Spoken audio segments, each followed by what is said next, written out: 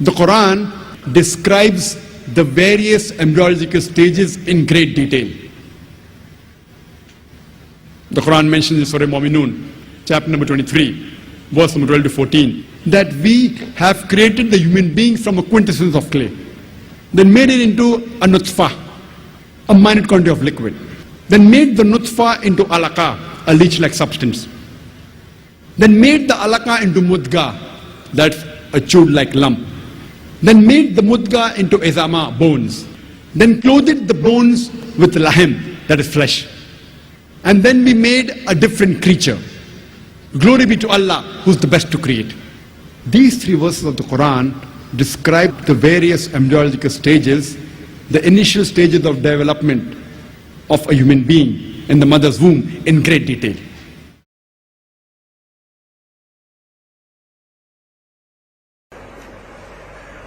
The Quran describes the various embryological stages in great detail. In Surah Mu'minun, chapter 23, verse number 12 to 14, it says, we have created the human beings from a quintessence of clay, then made it into a drop, placed it into Qararim Makin, place of security, then made it into an alaqa, something which clings, a leech-like substance, made that alaqa into mudga, a chewed-like lump, made that mudga into izama, bones, then clothed the izama, bones, with lahem, that is flesh, and then made it into a creature. Blessed is he, the best to create. This verse of the Holy Quran, from 12 to 14 of Surah Mu'minun, chapter 23, describe the embryological stages in great detail. How could a desert Arab who knew nothing about science, was so primitive that, for instance, they used to believe mountains to keep the sky up, would come to such conclusions?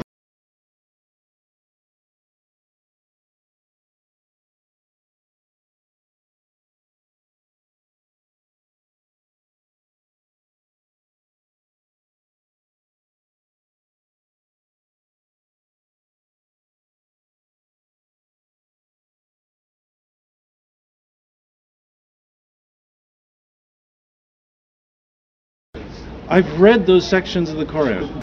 I've read those sections of the Quran. I've read those sections of the Quran. Do you disagree with the stages of embryology? The Quran, the yes, seventh. Yes, So let him say yes. right, let him The say Quran right. is babbling. It's throwing out these very vague, fuzzy descriptions, of the embryo looking like chewed flesh or whatever.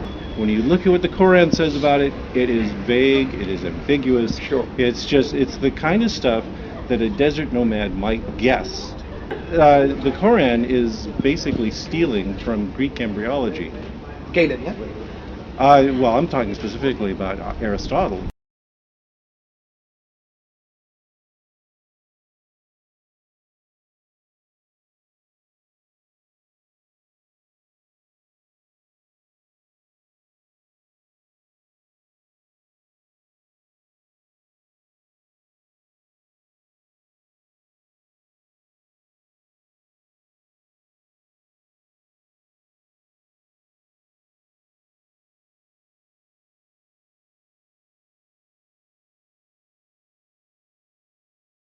My point is that there's very little about embryology in the Quran.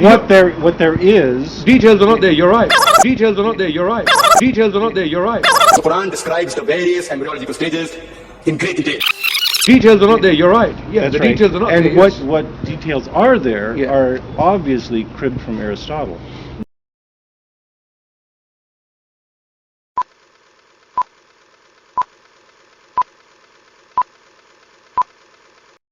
Like I say, when we look at the descriptions of embryology in the Quran, and we look at the descriptions of embryology in Aristotle, Sure. they're the same. Well, in what way, sir? Would you like to give us... I don't think they're the same. The discussion of the development of bones, etc., all these things, the fairly crude stages that are described in Aristotle, it's obvious. You may have a point there. I'm willing to accept that. What I'm saying is, I'm willing to accept that there may be similarities, not that Quran borrowed from Aristotle. My contention is that the specific stages described in the Quran, how does that match with what Aristotle said? I mean, those stages are quite peculiar to the Quran. Quran is quite unique in describing those stages because the stages bones are is- formed first and then the muscles, and this is how would a desert nomad know Okay, that? right now I'm laughing at this idea that this is a specific description of embryology. Yes, bones develop first, then muscles. I agree, come it's on. general. No, I agree with you, it's you do. general. The Quran describes the various embryological stages in great detail. And muscles I agree, come it's on. general. Yes. No, I agree with you, it's You do. general. This Professor, is Professor something Myers, that you can infer just by rational thought about embryology. You can also just determine this by looking at fetuses from different animals. You can look By at desecration. Once Universe is again, you've done it. expanding, astronomy, You've universe is equated these really crude, primitive guesses that you find in the Quran with the specific details of science.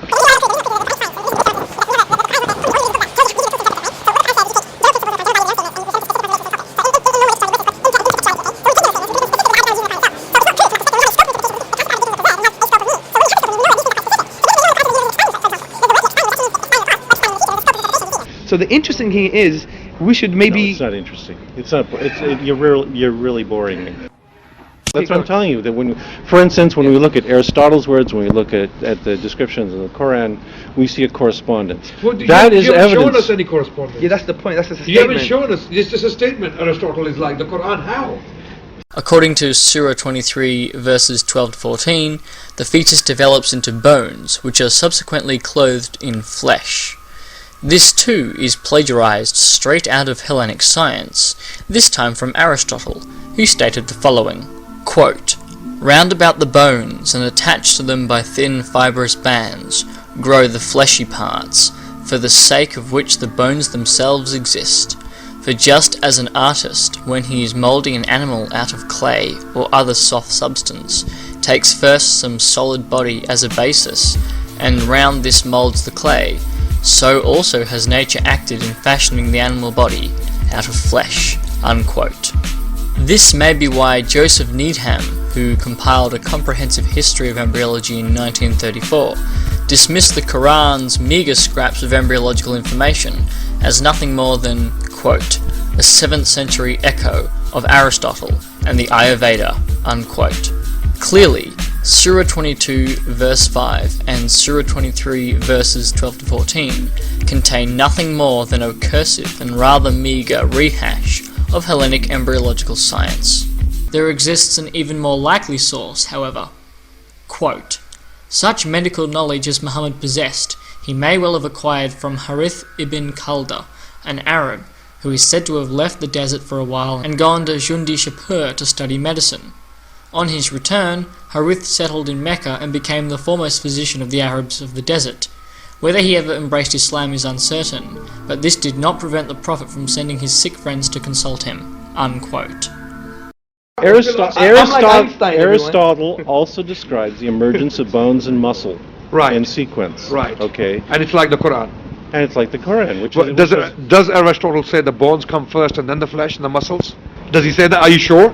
anybody that works. I'll let you think about this. Well, Anyone that if works you with are you livestock are would you be is able that to what do the, that. I'm not saying wait, it. Can you tell? Is Are that you what sure? is that what the Quran specifically says? Absolutely, this is exactly what the Quran says. Absolutely, this is exactly what the Quran says. Absolutely, this is exactly what the Quran says. Chapter we're done 23. because you just demonstrated the Quran is wrong. Yeah, but How? Professor Myers. Because How is it that's wrong? that's not what happens in the Well, book. this is what the embryologists are telling us. The This is embryo- exactly no, what the they're not. embryologists are telling us. No, they're not. Exactly No, what the they're not. embryologists are telling us. No, they're not. Exactly No, what the they're not. embryologists are telling us. No, they're not.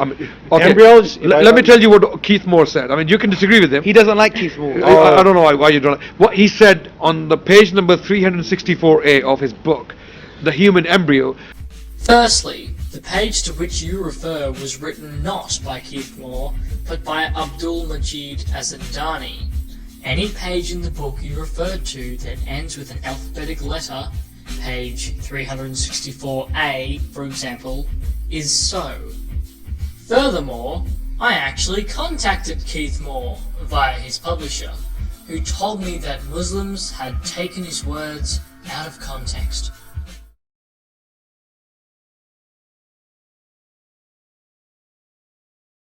That in the 7th week the bones are formed, and immediately after that the flesh is formed, and the flesh, the bones is are clothed with nonsense. flesh. Well, Keith Moore is wrong. He's an He's wrong. embryologist. This is his field.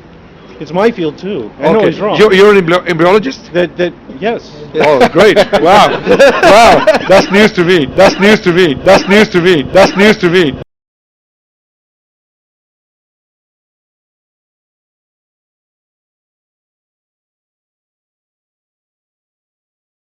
Okay. So that's wrong, because what happens first is you have differentiation of mesoderm. Right. That within the mesoderm you have segregation into things like embryonic mesenchyme, and then you have these cartilaginous centers that will form bone. Right. And these are forming simultaneously with each other. Right. Simultaneously. Yes. This is what I've been telling you. Sure. There are no embryological details of any consequence in the Quran. I've read those sections of the Quran. There are no embryological details of any consequence in the Quran. Well, This is not stuff. the details are not there. You're right. You're right. The This is details not are not stuff there. that The details are not there. You're right. You're right. The This is details not are not stuff there. that requires a huge library to figure out. This requires a passing acquaintance with general knowledge about the primitive state of biology at the time. On the one hand, you are complaining that there's this detailed, wonderful science Sure. in the Quran Yes. that you could only have learned from, revelation. Sure. And I'm saying that no, that what you find in the Quran is an extremely primitive science that was nothing more than the common man could have learned from, general interactions with learned society at the time. I think the really sad thing here is you're missing the enormous picture to focus on the pixel. Yes. I want you to think for a moment about the creator of the entire universe. Yep. Doesn't give a rat's ass whether you do anything good or bad in your life. All that matters, the sole criteria, is that you are gullible enough to follow the story of the least credible illiterate proponent you can follow. That's the sole criteria, and that's all. No, that's not true. Okay, if that's not it, Can I then an explain? unbeliever could be saved. An unbeliever would not go to hell. that's true. If all unbelievers go to hell, then the sole criteria is gullibility. In conclusion, it is saliently clear that Hamza Andreas Sortsis and Adnan Rashid are wrong, and that the Quran contains factually incorrect embryological information plagiarized from Hellenic science.